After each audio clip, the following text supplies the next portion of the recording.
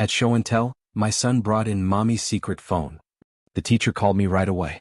"Mr. Whitmore, could you come to the school immediately?" Her voice was calm, but I could hear the tension behind it, and I had no idea what I was about to walk into. I was shocked when my 6-year-old son, Toby, proudly held up a glitter-covered pink phone at show and tell. "This is Mommy's secret phone," he announced to 20 kids and 2 stunned adults. "It's for when she talks to Grandma so Daddy won't get sad." My chest went hollow. My wife, Megan, had been secretly siphoning thousands from my accounts to support her freeloading family. That moment, seeing her betrayal laid bare by my innocent son, changed everything. My name's Jason Whitmore. I'm 34, a full-time Uber driver, and the dad who knows the school drop-off gate guards by name. I run nights when surge hits, nap in the afternoons, and pack dinosaur gummies for my 6-year-old Toby. I keep a spreadsheet for gas, tires, and oil changes because my car is my paycheck. I'm not fancy. I'm reliable. That's my whole brand. The morning it cracked, I was waiting in the pickup lane with a coffee that tasted like burnt cardboard. My phone buzzed. Unknown number. "Mr. Whitmore, could you come to the school right away?" The voice was tight, professional, but there was something underneath it. A small edge of discomfort, like she was stepping around broken glass. "Is Toby okay?" "He's fine. It's show and tell." Show and tell. I blinked at the windshield. "I'm on my way." 10 minutes later, I'm in a tiny classroom with paper suns on the walls. Toby sits on the rug, legs crisscross, proudly holding up a pink phone with glitter stickers on the case. A phone I've never seen. "This is Mommy's secret phone," he announces to 20 children and 2 stunned adults. "It's for when she talks to Grandma so Daddy won't get sad." My chest goes hollow. The teacher clears her throat. "Toby, sweetie, let's put the phone away." She looks at me. "We found it in his backpack." I kneel. "But where'd you get that?" "Mommy said, keep it safe." She said, "If Daddy finds it, he'll get mad and stop giving Uncle Kyle money." I freeze. The teacher pretends to reorganize crayons. My ears ring.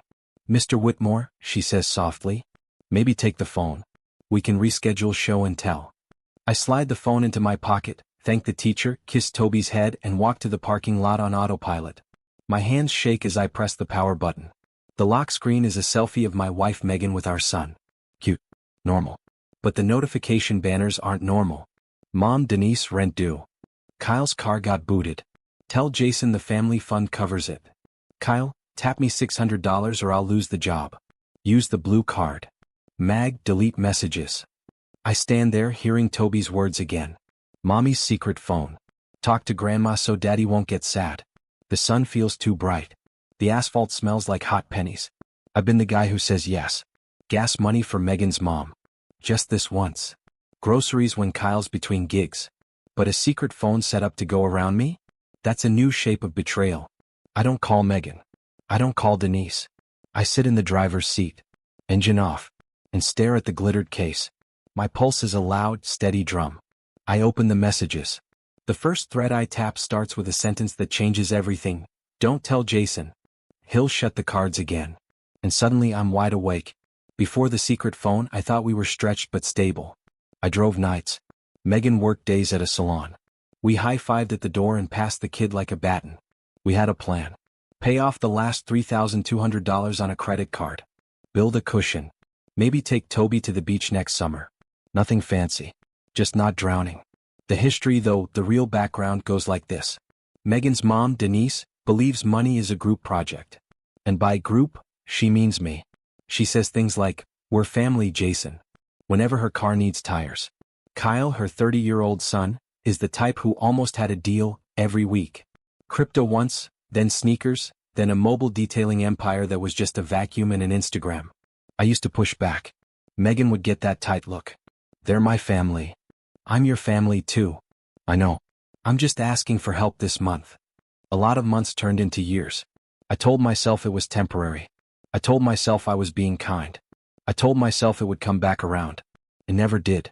I tried rules. No cash. Groceries only, gas only. They found the edges and pressed. "Just put the bill in your name for a minute. Can you co-sign? It's just for the deposit. We'll Venmo you Friday." Fridays came and went. 2 winters ago the real mess started. My Corolla needed a new transmission. I took a week off Uber, ate noodles, sold old speakers. Kyle crashed on our couch for a couple nights. When I got back on the road, my glove box was light. The gas card was gone. Kyle, I said, holding up the empty slot. He shrugged. Oh, I borrowed it.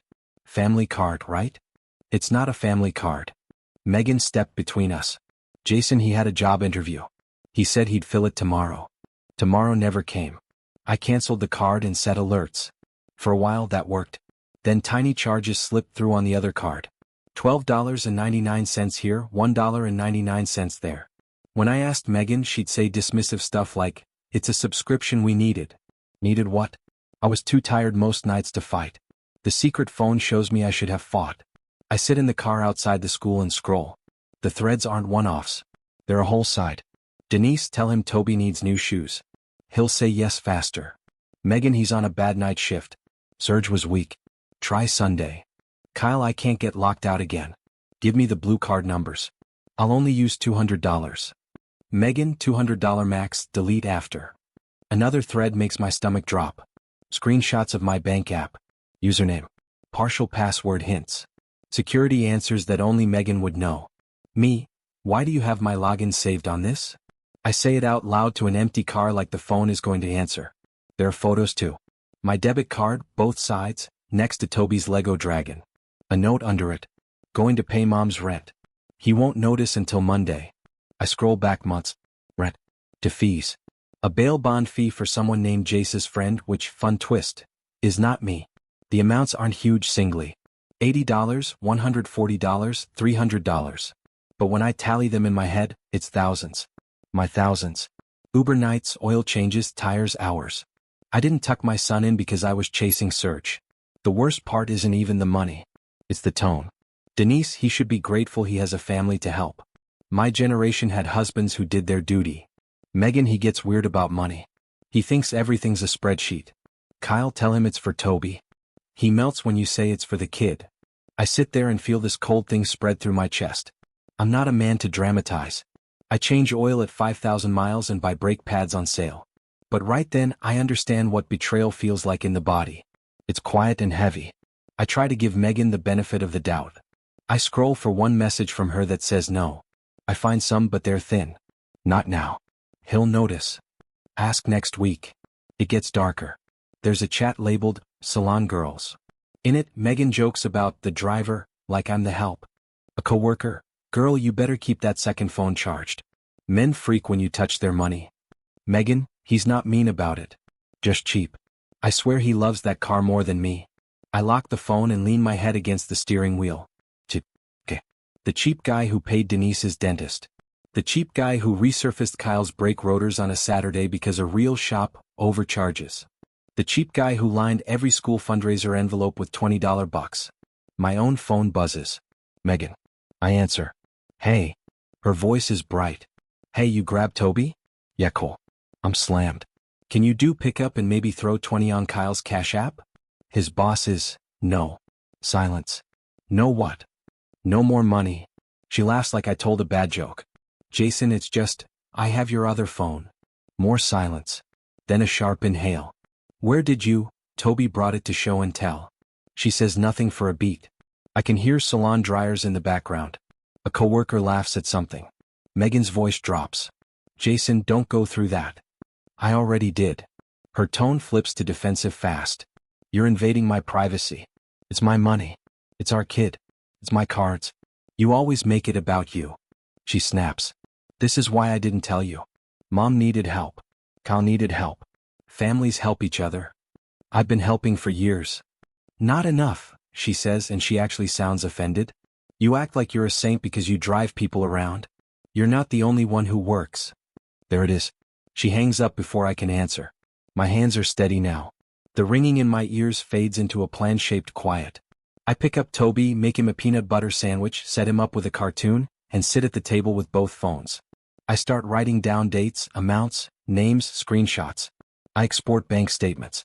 I pull Cash App histories and Zelle receipts. I lay out a map of the drain. By dinner, I know the total. $7,940 in 8 months. Not counting the transmission winter, not counting the gas card saga. Just 8 months of slow bleeds. And it's only, and we'll pay you back Friday. At 8 p.m. there's a bang on the door. It's Denise. She doesn't say hello. Give Megan her phone, she orders, pushing past me like it's her house. Hi, Denise. She's hysterical at work. You had no right. That phone is private. I hold it up. This is a financial device. She rolls her eyes. You always think you're a banker because you write things down. Behind her shoulder, Kyle lurks in a hoodie, eyes sliding around my living room like he's shopping. Mom, he says, ask him about the $600. My boss, I say. Not your mom. Not your boss. Not your $600. Denise plants her hands on her hips. Jason, if you withhold funds from family, that's abuse. I laugh. It's not a nice sound. Abuse? You heard me. Men who control money control their wives. I won't let you do that to my daughter. I look at Toby peeking around the hallway corner. I keep my voice flat. Get out of my house. Denise's mouth opens and closes like a goldfish. Excuse me. Out. We'll talk tomorrow. Kyle mutters something about ungrateful. I shut the door on both of them and stand straight for the first time in months. My heart is calm. My next steps are not complicated. Tomorrow I'm done being a wallet with feet. The confrontation happens in the worst possible place. Denise's dining room. Sunday night. Spaghetti steam fogging up the window. Everyone wearing that fake polite mask families put on right before they start yelling. She demanded we come to discuss budget like adults. I said yes because I wanted witnesses. Megan sits at the end of the table, arms crossed, jaw tight. Denise pours herself wine like it's holy water. Kyle is already spinning his keychain. Denise starts. Jason, you've created a hostile environment around money. I set a folder on the table. Here's 8 months of transactions. Megan scoffs.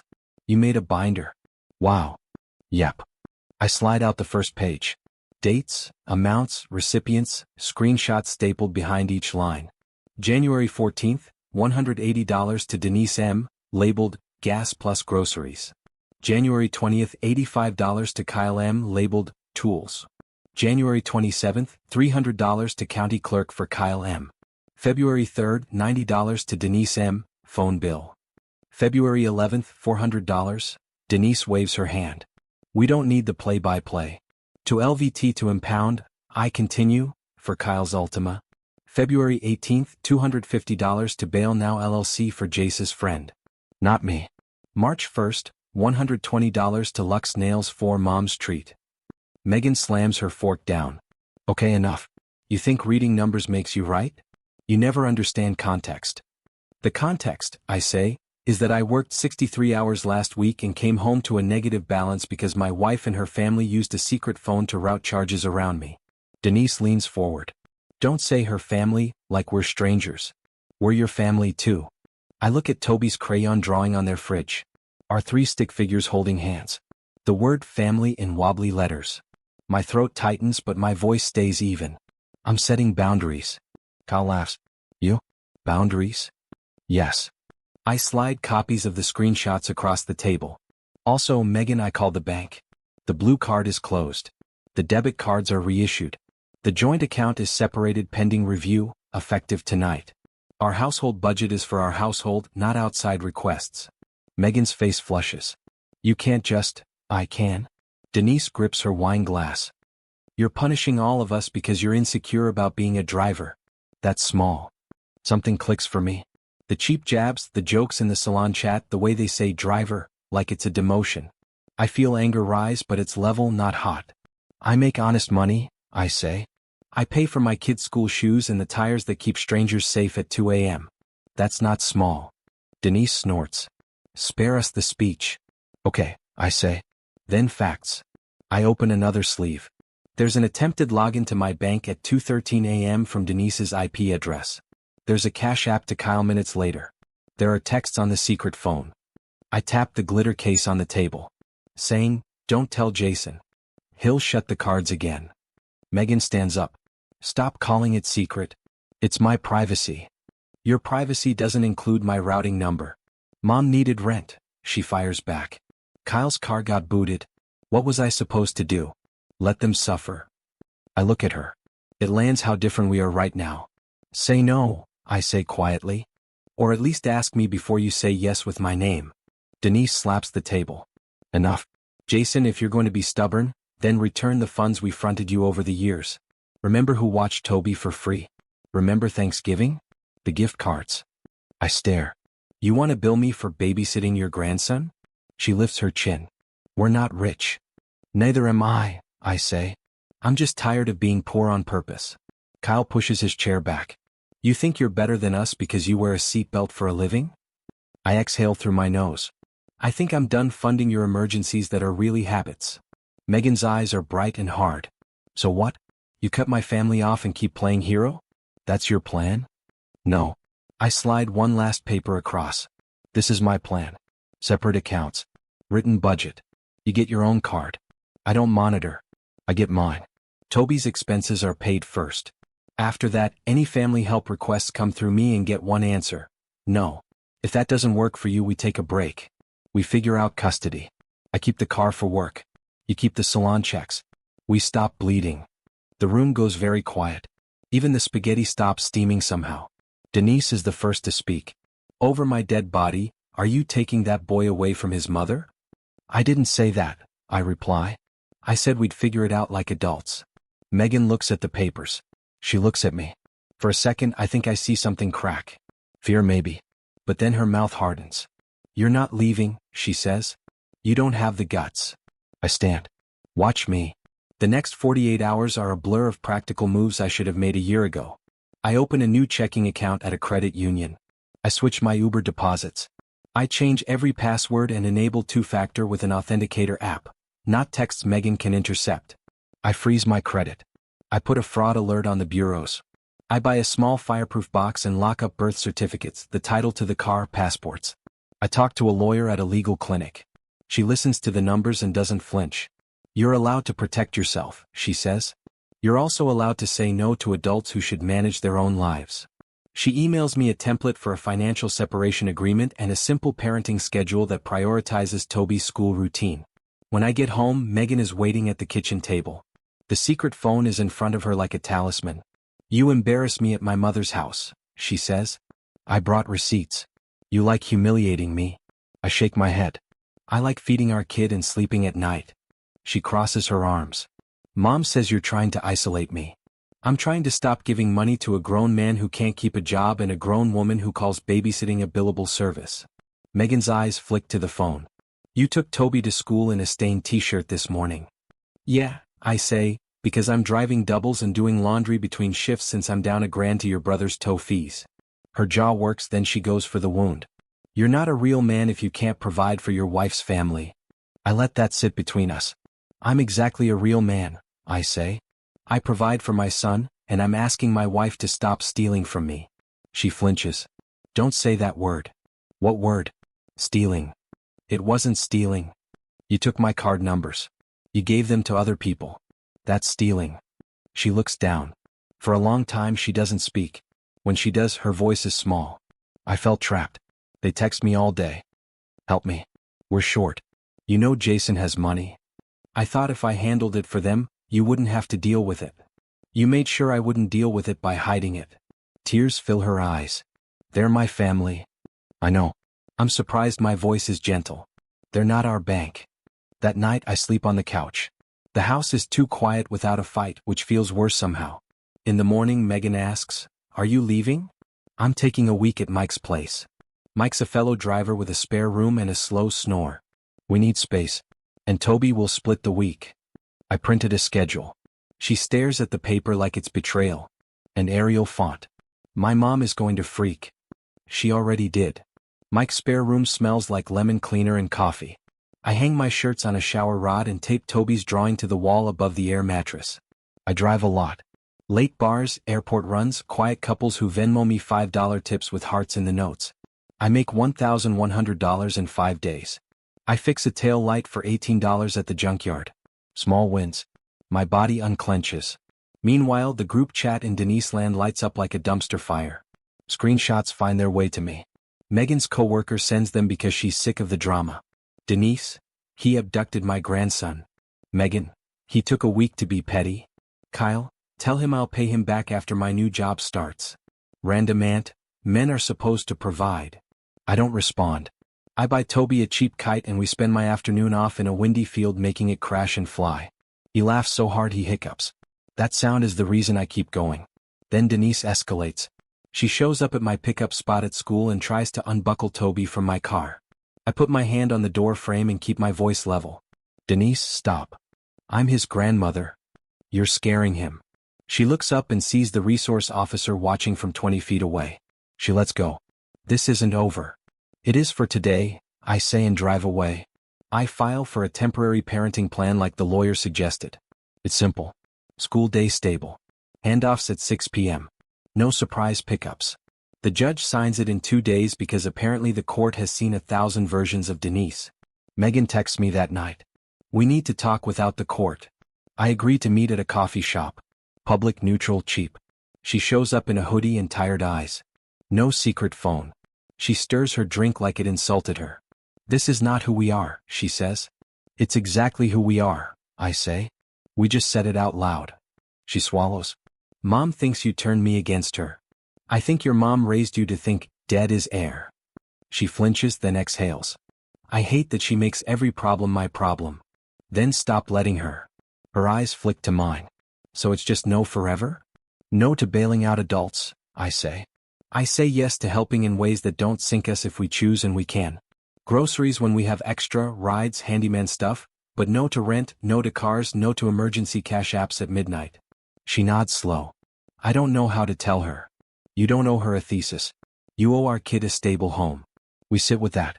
Then she says, the thing I had been waiting for and also dreading. I opened a card in your name. Her voice is barely above a whisper. It started at $500. I thought I'd pay it off. Then things happened. It's at $2,400. For a second the room tilts. Then I steady. This is why you freeze your credit. This is why you lock boxes. When 3 months ago I closed my eyes. You need to call them and close it today. And then we figure out how to pay it from your checks, not mine. She nods, tears on her lashes. Okay. Also, you need to send Kyle a single text. Do not contact me about money again. Then block him. She laughs once, ugly. He'll show up at the house. Then call me or the police or don't answer the door. I'm done negotiating with a man who thinks almost had a job counts as employment. She wipes her eyes. Do you hate me? I look at my hands. No. I'm angry. I'm disappointed. I'm also tired of living like we're one tire away from disaster because you can't say no to someone who treats you like a wallet. We leave it there. Not fixed but pointed toward grown-up weather. Denise, of course, does not go quietly. She calls everyone. She posts a long Facebook rant about modern men who weaponize spreadsheets. My aunt screenshots it back to me with 50 cry laugh emojis. Kyle texts from a new number. Broke him on $200 and I'm good. I reply with a screenshot of the parenting plan and nothing else. He calls me a name that starts with P and ends with whipped. I put his number on silent. The funniest, saddest part is watching what happens when the tap shuts off. 2 weeks in, Denise suddenly finds money for her rent by selling the antique hut she swore was priceless. Kyle discovers his boss actually pays on Fridays if he shows up on time. The emergencies shrink when they have to carry them. At the end of the month, Megan hands me a receipt. Close the card, she says. Payment plan set. It's coming out of my check. I nod. Good. She looks at me. I also blocked Mom for a week. I needed quiet. Pride creeps in unexpected. How'd it feel? Like my brain could breathe. I take a breath too. For the first time in a long time, the house isn't full of panic. It's full of normal stuff. Toby's sneakers by the door. A half-finished puzzle on the table. The hum of the fridge instead of Denise's ringtone. Megan and I aren't healed. We're nice to each other. Careful. We talk about therapy. We Google sliding scale. We set up a cash envelope labeled fun and put $20 in it like it's a sacred act. Kind of is. I'm not going to pretend this ended with a movie kiss and everyone learning a lesson. Denise still thinks I'm an ATM with an attitude problem. Kyle still texts from new numbers sometimes. And Megan still hesitates before saying no. We're human, not a spreadsheet, no matter how much I love a good self formula. But here's what changed. I stopped apologizing for having boundaries. I stopped letting "we're family" mean you can raid Jason's life. I stopped being a quiet man who pays and wonders why he's always angry. Last week, Toby did show and tell again. He brought the kite. He told the class, my dad made it fly when I thought it was broken. I stood in the back with the other parents, hands in my pockets, and let that sentence land where the old one used to live. Mommy's secret phone. Now it's Dad made it fly. Megan and I are still working. We meet on Tuesdays after her shift and before mine. We talk about small things. We talk about big ones too. Sometimes she says, "I need you to remind me it's okay to say no." Sometimes I do. Sometimes I ask for the reminder myself because guilt is sneaky and kind people are easy targets. Denise tried one more stunt. She texted Megan, "Christmas is at my place. Everyone chips in $300. Megan typed, "We're not participating this year. We'll do a small one at home." She showed me the screen with shaking hands. I said, "Good job." We made cocoa that night and watched a movie on the couch. Lights off, tree crooked, kid asleep between us. It felt like wealth. The money is still tight. Tires aren't cheap and neither is rent. But the math finally adds up because it's our math, not theirs. If you need the moral written out plain, here it is. From one tired driver to anyone who needs it. You are not a bad person for refusing to be a wallet with legs. You are not cruel for protecting the roof over your kid's head from adults who won't protect their own. Love doesn't mean unlimited access to your bank account. Family doesn't mean endless overdraft. I used to think saying no would make me the villain. Turns out, it made me a father my son can trust. It made me a man I can live with. Dean's story is a powerful reminder that sometimes, the hardest choices are the most necessary for our own peace and well-being. Have you ever had to draw a line in the sand with family members who constantly took advantage of you? What did that journey look like for you? Share your experiences and insights in the comments below. I'd really appreciate hearing your perspective.